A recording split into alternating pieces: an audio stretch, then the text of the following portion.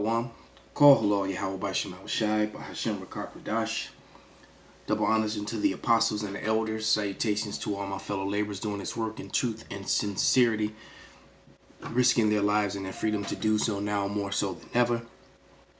To the scattered elect that are scattered among the four corners of the earth, that be like unto the speckled bird, the Israelite foreigners, and to the Akwaf that are listening and learning, to you I say Shalom. This is your brother Malcolm from the branch of the Great Millstone here in Chicago. And the name of this video is called Chris Hedges, Sacrifice Zones of America. And this is on the agenda with Steve Paikin. All right. So the show is called The Agenda. And of course, that's not Steve. That's a woman that's sitting in with him interviewing Chris Hedges. And Chris Hedges has a lot of content on the internet about, he's been chronicling, the downfall of America and predicting it, just according to, not biblical prophecy, but just according to the trends and the things that are happening in the world with the economy, and just being a man who is who's not stupid. He can see the writing on the wall that America could no longer sustain or support itself, and that eventually the whole system is going to come crashing down. So without any further ado, I'm just going to, push play, and through the spirit, I'm going to stop it and bring out some scriptures, because in the first, this is a 25-minute interview, but in the first 7 minutes, he's only watched the first 8 or 9. He says so much that I was I stopped it, and it's I gotta, go in and use this video to edify, because all he's doing is just he's just backing up what we've been saying about America here in Babylon, and that we are indeed in the last days of the last days, and America is pretty much finished. Is terminally ill. And the symptoms weren't showing, but now the symptoms are showing. The symptoms are showing. You can see the decay, as the body starts breaking down. America is breaking down. So without any further ado, let's let it play. And joining us now in studio, Chris Hedges, author with Joe Sacco of Days of Destruction, Days of Revolt. Welcome back to the agenda. Thanks. I have to say, when I first picked up your book, Days of Destruction, Days of Revolt, kind of thought, end of the world movie, Hollywood blockbuster. But when I read it, it is sort of a story about the end of the world as we know it, isn't it? Yes, and what we're watching is not just the assault against the ecosystem, but the collapse of globalization. And the collapse of globalization, the collapse of the hegemony and control of the Edomite male. So that Edomite male dominance has come to an end, because what they've shown you is that they are not capable of being the ruling class people. Like he said, ecosystems on their watch during their time of rulership. The oceans, the waters, the riverways, the waterways have been annihilated and destroyed. The land has been polluted. The water is polluted. The air is polluted, and the food is defiled to the point to where the food cannot sustain people. The people are getting sick and dying worldwide, and then the abuse of nature and the abuse of drugs. They're not capable of ruling, and what comes to mind is just. Is them being profane. So let's go to Hebrews 12.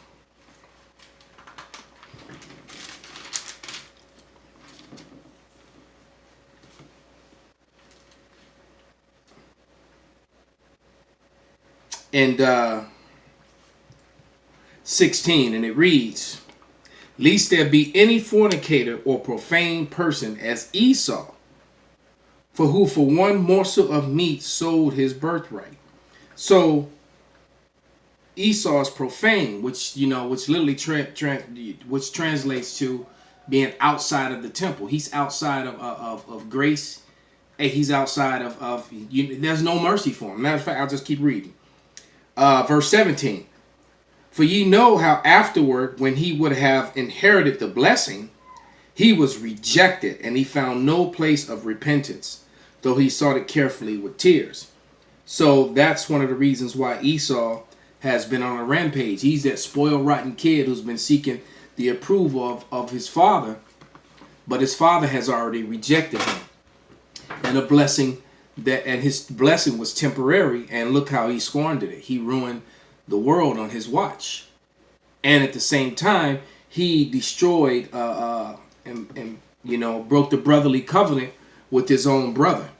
It's not written for it to happen that way. But it would seem that if you were the brother of the king, if you were the brother of the promised one, you might want to stay brotherly with that brother. That brother may show you brotherly love when he's in rulership and in command. Because how do you think a brother that loves his brother would treat him when the brother is actually, in control? He's going to look out for his brother. But yet Esau rejected and mistreated his brother in the most vilest ways. And now his world is coming to an end, and his future is shackles and chains and recompense, meaning he has to go through double of what he put the Israelites through. Okay? And both of those two events have profound consequences, which I think are now beginning to ripple across the globe. You talk about in your book, it's focused on what you call sacrifice zones. Right. Tell me what you mean by that. Well, they are the places where corporations were able to walk in, and we begin with Pine Ridge, South Dakota, and westward expansion and the railroad companies. So he just went back to the inception of America, which, this is Jeremiah 50:33. Thus saith Yahweh of hosts, the children of Israel and the children of Judah were oppressed together, and all that took them captives held them fast. They refused to let them go. Their Redeemer is strong. Yahweh of hosts is his name. He shall thoroughly plead their cause, that he may give rest to the land and disquiet the inhabitants of Babylon. And the inhabitants of Babylon are going to be disquieted as they're being exposed. First they have to be made bare, and they're being made bare, and now they're going to be disquieted, man. All right, because they have to pay for what they've done. This also proving that the so-called natives are indeed Israelites. All right, and then for you people who say, oh, well, they got the casinos. No, they don't. He's going to talk about what they have. The people in the casinos are Edomite tares, claiming to be claiming to be Native Americans through their mothers, and your heritage is through your father, according to the Bible and according to history. It's always been that way. That was something that they changed, modern day, and that was changed by who? That was something that was done by the seed of Cain. All right, who is Esau, Edom. For those of you in the know with understanding, you know that Cain came back as Esau, and Abel came back as Jacob. And focus on Pine Ridge, which is one of the poorest pockets of the United States, as are all the pockets we talk about. The average life expectancy in Pine Ridge is 48 for a male. It's the lowest in the Western Hemisphere outside of... So the so-called Native American male has the lowest life expectancy in America. All right.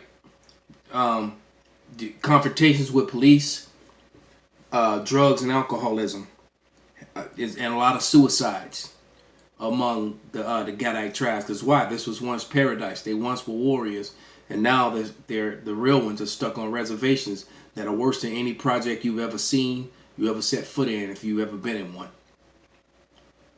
Haiti at any one time on Pine Ridge, which is of course a reservation for Native Americans. 60% of the population lives without electricity or running water. This is the United States. And these sacrifice zones have just been ripped apart. So this is their land, and they live without running water and plumbing and indoor plumbing. They real life have an outhouse. They have to leave their shack or their trailer to go out to an outhouse, or just go out into the woods and dig a hole and take a dump. All right? mind you, this is on their land. So that brings a scripture to mind. Let's go to the book of Micah. This is Micah, the 2nd chapter, starting at verse 2. And it reads, "Woe to them that devise iniquity and work evil upon their beds. When the morning is light, they practice it, because it is in the power of their hand. They covet fields, and they take them by violence. And houses they take them away. So they oppress a man and his house, even a man and his heritage." And as you can see, Gad is extremely oppressed here, man. And then they've even, if you watch that movie that came out a couple years back, a little longer than that, maybe about 5 years back, the latest edition of The Lone Ranger came out, where Johnny Depp played the Gadite Tonto. And in that movie, they showed you that they found silver on his land as he was a child, and they wanted to know where the silver was, and he showed them. When they realized that it was where his burial grounds and where his people dwelt, they came in and slaughtered his people for the silver, and and then they built the railroads right through there. So this is Esau, is his MO. All right, just like when Alexander of Macedonia took over the Europe from the dark-skinned Etruscans. All right, from the for lack of a better word, black. Because they were dark. They were a so-called black people, as according to today's standard. Not the same as a Negro or African, but yet they were dark-complected people with woolly or curly hair. All right, and those were your original inhabitants of Europe. But now these people live in Europe, these transplants, these people these colonizers basically, and now they call themselves European, and they've taught history falsely as if they were always there, that's where they come from. And that's far, far from the truth, because the video behind this is that I'm going to do after this, either later on this evening or early in the morning tomorrow, is going to be on that subject matter. The consequences to the environment, to families, to communities, all has been prostrated before the demands of the marketplace. And what's happened in places like Pine Ridge and Camden, New Jersey, which per capita is the poorest city in the United States, in the coal fields of southern West Virginia, in the produce fields, where you have undocumented workers whose... See, we're still talking about the Northern Kingdom here, in Camden, New Jersey, which is, as he said, one of the poorest places in America. All right? They got them... No, let's let them say it. Work conditions often resemble slavery, quite literally.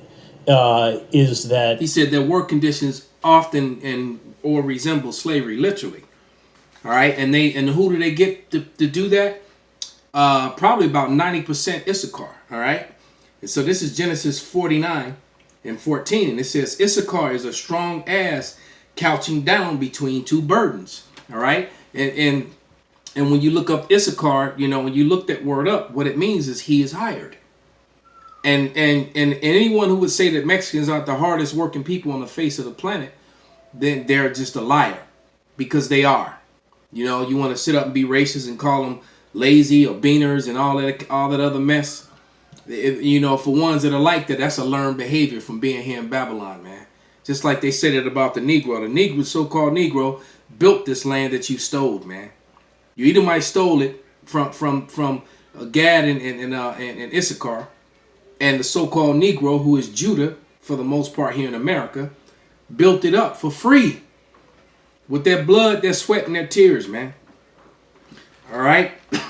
Speaking of which, let's read Genesis 49:19 about Gad. It says, "Gad, a troop shall overcome him, but he shall overcome at the last." So, hey, there's a recompense coming to these so-called natives, man, for what you have done to them on seizing their land, and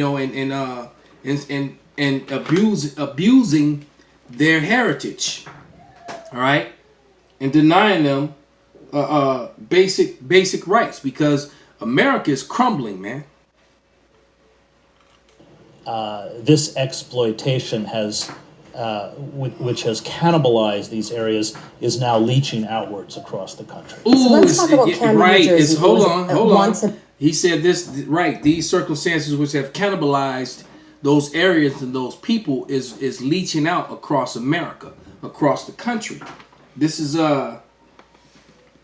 Deuteronomy 30 and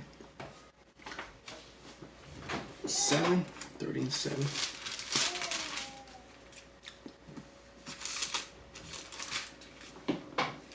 And it reads, and Yahweh thy power will put all these curses upon thy enemies, and on them that hate thee, which persecute thee. All right? So, like you said, look at the state of America now, the land of the free. Now you the land of the imprisoned in your home. All right? Also, now you can't make that false claim that this is the greatest country on earth. This is the worst country on earth. All right? You don't have the freedom of speech. You don't have the freedom to bear arms. You can't even walk into a store without wearing a mask over your face over something that's not even really real, man. All right? Because I tell you, when it get real, when they give out those vaccinations and they put up those 5G towers, then you're going to see the real cases spike, and not just them falsifying numbers and saying whatever they want to say because they run and control the media. All right? It's like I've said so many times before. The more evidence that comes out against the corona, COVID-19, the more evidence that shows that it was man-made, that it came from America, that and that it can't jump 6 feet or 12 feet. All right? And that the numbers are being falsified. The more evidence that comes out that proves that, the more commercials, the more advertisement that they use their media bliss to just bliss with lies. All right? To keep pushing that false narrative. And they're gonna, open up, but then it's just gonna get worse, because you just can't turn America on like it's water coming out of a faucet. The damage has been done, right? Now the water has been off for too long. The pipes are rusty, so the water's gonna come out contaminated if it comes out at all. Man, you're not gonna have a flow of anything. All right, you're gonna open up your doors and your businesses. They're saying they're gonna open up businesses to 50% capacity. You'd be lucky if you get 10%. All right, because the majority of the people are the low-level people. They don't have money to go to restaurants, man, and they're not gonna have money, man. Matter of fact, just found out that I may do a video on it too. That there was a stimulus, just like you got your little $1,200 twice, maybe $2,400 if you're lucky. You have 43,000 millionaires and multimillionaires that are going to get $1 million plus. So the people who need it the least are going to get the biggest one. So while you're clapping your hands, so hey, like I said, man, Americans are really, really stupid and docile. Well, at least everybody, but these Edomites are getting angry though, man. They're starting to change their tune.